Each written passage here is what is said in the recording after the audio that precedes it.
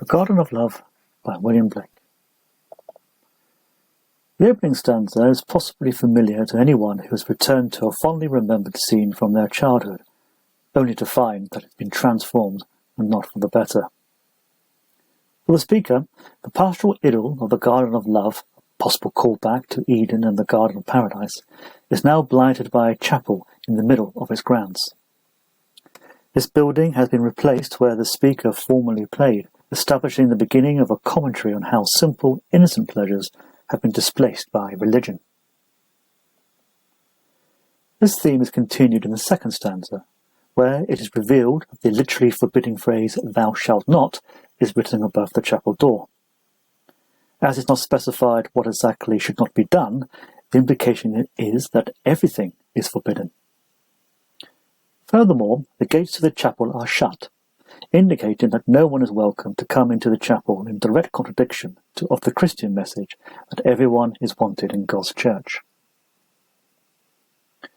In the final stanza, the speaker turns for solace to the rest of the garden in the hope of enjoying the sweet flowers, but is instead confronted by a Gothic scene of grave mounds rather than garden beds. Instead of the multicolours of flowers, there is only the grey of tombstones and the black gowns of priests. These priests seem more like killjoy security guards on patrol repressing innocent pleasures.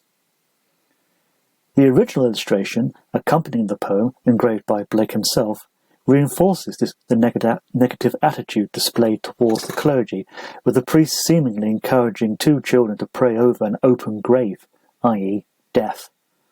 The children symbolise innocence being corrupted by worldly experience. It may appear on this reading that Blake is writing a strongly anti-religious poem. However, nothing could be further from the truth. Blake was a nonconformist or dissenter, and was deeply religious. In fact, it is his strong faith coupled with his radicalism which fuels the anger in this poem, as he felt that the institution of the established church, i.e. the Church of England, was corrupting the teachings of Christ and using its authority to repress the masses and force them to conform to one way of thinking.